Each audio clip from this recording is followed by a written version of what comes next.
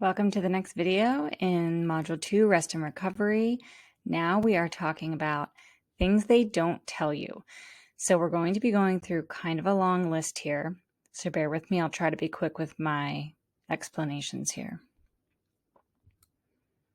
Okay, so let's get right into it. The first BM postpartum. So this is sometimes talked about with people that are a little more open with postpartum issues. But basically, you may have your first BM in the hospital, or it may not come till you're home, because just with everything that your body just went through, sometimes your digestion is a little bit stalled, and sometimes you don't go to the bathroom for a couple days. When you do go, it may hurt, possibly due to the fact that you didn't go in a couple days and you may be a little constipated, but also depending on if you tore or just general healing down there, it may hurt. Because it may hurt, you're often encouraged to take Colace, which is a stool softener, or even Senna, which is a laxative, or some combination of the two, in order to help you go or help make it easier to go. So I'm just going to very quickly go over what these two medications are. Colace being a stool softener, so it draws water from your body into your colon to soften your stool. So because it does that, it is kind of like extracting water from your body that otherwise your body could use for other things. So my recommendation, even though I don't give medical advice, is that it shouldn't really be used long-term, because it kind of impacts or disrupts the normal flow of water in your body. Senna is a laxative. So personally, I would only use a laxative if I truly had trouble going, and some people end up getting dependent on laxatives, so I also probably wouldn't be on that for longer periods of time unless you have to. And once you are home, what's pictured here is called a squatty potty, if you've never heard of one. It's basically just a stool that gets your body into more of a squatting position, because that is the position that is allowing your body to empty more completely and more easily. Our body at kind of like a 90-degree sitting angle isn't the most optimal for elimination. So there you go. One thing I will say with having BMs postpartum is that sometimes they can come on, the urge for them can come on very quickly, and I'm not exactly sure the mechanism, but for me, it happened a lot while I was breastfeeding, to the point where I either had to almost bring the baby with me, or like pass the baby off, or put the baby down quickly during my breastfeeding session in order to run to the bathroom. So just be mindful of that aspect as well. So what happens if you still look pregnant? You're thinking, this baby is out of my body.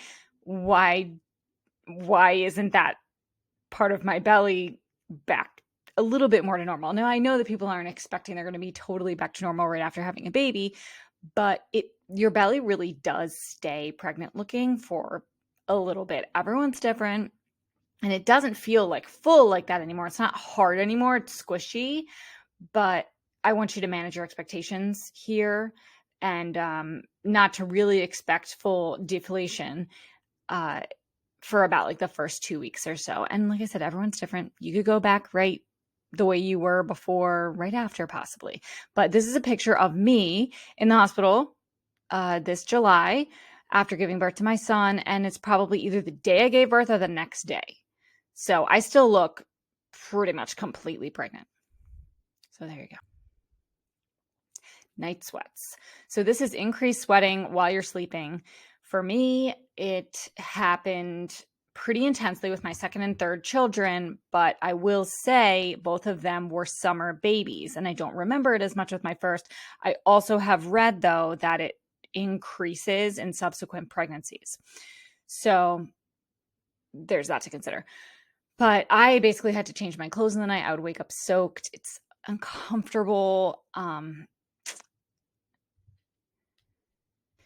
And it's just something to be aware of as something that's normal. And if it happens to you, don't think that there's something wrong. Those night sweats can also lead to increased body odor. It's a common complaint postpartum. I have that personal complaint, but like I said, I noticed it with my summer babies more so, much more so than with my one winter baby. So you're not gross. This is normal. Main causes are increased sweating. And from what I've also read, like the baby is trying to find the source of its food. And so the baby can smell you. And if you have a stronger, more potent smell, the baby is said to be able to locate you easier. And I feel like this was true for me because I feel like the baby cried or noticed or wanted milk more when they were sleeping and I was around them versus if they were sleeping and I left the room. Also, another cause for increased odor is this lochia, which is the bleeding that continues to happen after you give birth, and it can give off like a musty smell. It is normal, but if the smell becomes offensive, then that could be sign of infection, and I would see a medical professional for that. I sometimes couldn't stand the smell of myself this summer, so I would just take a body shower and it would help a lot.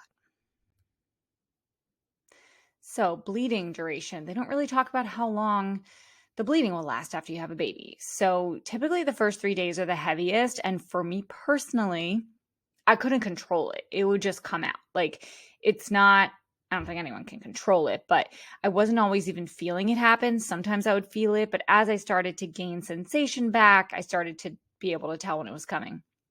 It feels like a period basically for about 2 weeks. Some bleed though up to 6 weeks. I mean, maybe even longer. It depends on your level of tearing, on your level of birth injury, on a lot of factors. It's a very individual thing, but I would definitely expect to bleed for at least 2 weeks. Hemorrhoids. So if you are blessed with never having had hemorrhoids, good for you. But a lot of people get them, and you can get them outside of pregnancy, of course, but a lot of people get them during pregnancy just from the downward pressure, increased blood volume in your body. And then a lot of people also get them from pushing out a baby, especially if you were instructed to push and the baby wasn't really ready to come out. So that is what happened to me. I got hemorrhoids pushing out my first child because I pushed for an hour and 45 minutes. And I believe that they told me to push before my body was ready, in a sense, then bearing down unnecessarily for an extended period of time, bulging those veins. So if you didn't know, hemorrhoids are swollen veins in your rectum that may or may not bulge out to the external.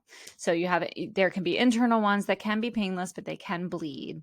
If you do bleed, it would be bright red blood because it's coming from right there. External ones can also hurt and be swollen and itch. They can also bleed. Treatments for them include topical creams like Preparation H, herbs like witch hazel, which can be found in those Tux pads that we talked about for healing, sitz baths, which can soothe them, and really trying to avoid straining. So if you are having issues with constipation, doing that Colase in the short term may really help with hemorrhoids. Also, if it's really uncomfortable to sit, you can try to sit on one of those boppy pillows. Okay, stress incontinence. So this basically means dripping urine when exerting yourself. So postpartum, there's not a lot of control down there, and it's good if you're not leaking urine all the time, but even if you have pretty good control under, normal circumstances, stress incontinence would come when you're sneezing, climbing the stairs, exerting yourself in any way, basically picking up something that's heavy. And for me, like if I bent the wrong way or bent at my waist too far over and then like tried to come back up, that's like that bearing down, and it would happen then. It's very common after childbirth. It should subside. If it doesn't, or if it continues for longer and it's concerning you, see a pelvic floor specialist. So diastasis recti. So this is the abdominal muscle separation that if it persists beyond general healing. So this person, I don't look like this person, but you can kind of just see a little more clearly from this picture that there's definitely an abdominal muscle separation there. that is common, but it's not normal. And it can be remedied with physical therapy or, doing appropriate exercise. So not doing crunches or planks, because anything that really engages the abdominal muscles like that are just strengthening them in the wrong way and potentially putting undue pressure on the abdominal wall that isn't good for those muscles being able to come back together. So a pelvic floor specialist can train the appropriate way. And I think I've mentioned this before. I purchased a Restore Your Core program, which is going to teach me how to breathe properly and do the proper exercises so that those muscles can come back, because I have a diastasis myself. Okay. Prolapses of pelvic organs. I did not know these were a thing before I had kids. As far as I know, I've never had one, but I do think after my second birth, I did feel some of the symptoms of prolapse, and I've never gotten checked out by a pelvic floor specialist for them, but you can. So there's different kinds of prolapses: uterine, bladder, vaginal vault, rectal. And basically it means that organ is not being held up in its place where it should be, and it is feeling the downward pressure, and it is coming down or collapsing on itself, and it could technically come out or partially out. So the pelvic floor specialist I keep talking about, that might be a urogynecologist or pelvic floor PT or OT, physical therapist or occupational therapist. Occupational therapy is another discipline of therapy, and they can also specialize in this. So if you see that, they can also be experts in this. The assessment for pelvic floor prolapse ideally would be done standing up. So to get the full and accurate assessment, the specialist should be having you stand up while they assess you for it. Change in topography. So topography is like different land elevations, but if you get the analogy, sometimes during your recovery, you may get brave enough to grab a mirror and check yourself out down there, and the landscape might be a little different than you remember feeling, or if you've ever looked before, it looks different too. So you may not notice a difference if you never looked before. I never had, but you may be able to notice by feel, and things may never feel the same. You may never be exactly the same because of tears or episiotomies, but that's okay. This new topography doesn't have to impair function, and it could technically get better over time if you're just needing more time to heal. However, if function is impaired, or if you have continued pain there despite being, quote, healed, I would get another opinion, because only you can really know if things just don't seem right down there. You can get another opinion.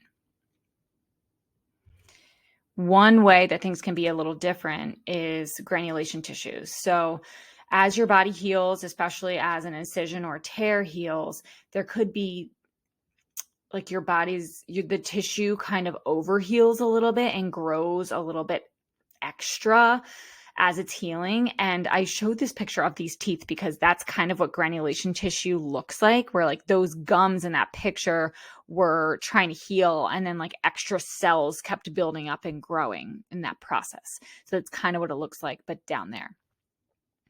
It usually doesn't require treatment because over time it gets better and kind of resolves itself. But if necessary, it can be treated with silver nitrate in the OB office. And that happened to me, I think, with my first birth. It was a buildup of granulation tissue that was kind of getting in the way. It was in my vaginal opening, and it was irritated and it was tender, and they just kind of like burned it off with his silver nitrate, and it healed. Without that treatment, it usually heals on average in 3 to 5 weeks. Postpartum skin changes. So a lot of women complain about their skin after having a baby. And most of these things I'm going to talk about are on your face, but this first one, stretch marks on your belly, if you got them, they tend to be much more visible after you give birth, because now that your belly's going down, they look a little wrinkly, and maybe they can even look purple. And they, I know, cause some distress for a lot of people. There are some topical creams you can use, and there's laser treatments ultimately if you choose. Melasma. So the picture here is what melasma is. It's these like kind of darker, grayer spots on your skin. Just make sure to use sunscreen in the sun. They should go away. They can be due to sun damage, but they should get better over time. Acne, is often due to the extreme hormonal changes that are happening postpartum, and the fact that you're probably not keeping up with the skin routine as diligently as one may have been before. So keep doing what you're doing. They should get better too. Facial spider veins, which spider veins can pop up during pregnancy a lot more due to our increased blood flow, and usually within probably several months or so, any extra spider veins that you had during pregnancy should be dissipating. And dry skin, which can also be a result of hormonal changes, can also resolve, as you go through your fourth trimester. So please don't fret too much if you have these skin changes postpartum, and give it some time before seeking extra treatment. Postpartum hair loss. This is very common. Not everyone experiences it, but for me, all 3 pregnancies, it happened right around the 3-month mark. My hair started falling out in clumps in the shower, on my hairbrush. Hairs were everywhere. I'd be finding them on the baby, finding them in his hands or her hands, finding them like on the binky. You do want to be careful because sometimes, especially if your hair is long, it can get wrapped around their little fingers or toes. So really be mindful to check for hairs on them so that they don't get wrapped up in your sweet baby's fingers and toes. And from what I hear and from what I read, around the hairline, your hair seems to come out the most, which I didn't really realize at the time. But then once it finally starts growing back in, you have these short little hairs. People call them baby hairs, growing in around your hairline as they grow back in. And it's a whole process, but it is common. It is very normal. So just bear with it. And let's see, what can we do about it? Eating well, eating generally well, getting enough nutrients is helpful. Continuing to take your prenatals or finding a postnatal, which is a slightly different formulation sometimes, can help just fill in the gaps of nutrients that you need to continue to heal. And that might help the process or slow the process of hair loss or improve the process of hair regrowth. Collagen is really great for your hair follicles. Biotin. I've heard of evening primrose oil helping a lot, but there's not a ton of research on that. That's a pill. And just being a little bit more gentle with your hair, like in the shower, and then using hair dryers, styling it, brushing it. If you're a little bit more gentle, that might slow the falling out process. And from what I see on Google, there's a lot of home remedies. I'm not going to go through all them here, but there are some if this is a really big issue for you and you want to look more into it. Sleep deprivation. Okay, so this may be one of the things that people actually do tell you. In fact, a lot of people love to tell you how sleep deprived you're going to be, and that does not help prepare you or make it any easier. But here we are, right? So my tips for this are practicing safe sleep with your baby, since you may fall asleep yourself unexpectedly while feeding them, holding them, etc. And by safe sleep, just make sure that if you are holding them and you're feeding them, that if you were to fall asleep, you're not going to drop them. Or if someone else is home, making sure they're kind of around you or within eyesight so that they can keep an eye on you and make sure everyone stays safe. Seeking out help so you can get at least some interrupted rest time. So having friends and family come over so you can take a nap, or having a partner take some time off work if they can, in order to get some rest, because we're going to have some sleep deprivation. But if there are ways that we can try to get some rest here and there, it really helps fill our tank. And remembering that this is a season, so this is going to happen, but we just need to get through it.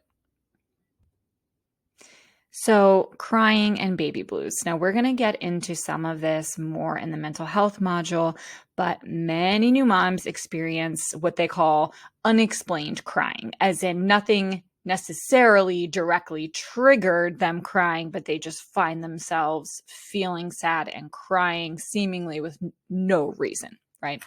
So, this happens especially during the first 2 weeks after birth. It is very common. And I think in those first 2 weeks, it's very normal as well. That's when they refer to it as baby blues. Baby blues are temporary by definition. So it's related to extreme hormone shifts as your body adjusts postpartum, right? But if it persists, or if feelings of anxiety, despair, or sadness are intense enough to interfere with your basic responsibilities, speak with a professional about it, as it could be postpartum anxiety or postpartum depression, which are also common and should not be stigmatized. And we should try to normalize talking about these things because so many of us go through this. Now, if it really is just kind of contained to those first 2 weeks, just know that that might be coming, and that there's nothing wrong with that, and that is normal. But just keep an eye on it and see how long it lasts for you so that you can get the help you need if it persists. Okay, so are you overwhelmed yet by all those things I just breezed right through? I'm so sorry. That was not my intention. The purpose here was to help mentally prepare you for some of the things that I felt unprepared for during my postpartum experiences. And I noticed that just a little solidarity goes a long way regarding, like, oh, okay, you went through that, you went through that. And I love how, like, the mommy community on social media is now really trying to normalize a lot of these things. I'm sure I will want to add to this list at some point, so there may be a part 2 video coming up. Who knows? But for now, we'll leave it at that. And next up, we're going to talk a little more in detail about the 6-week follow-up appointment. Thank you so much. See you then.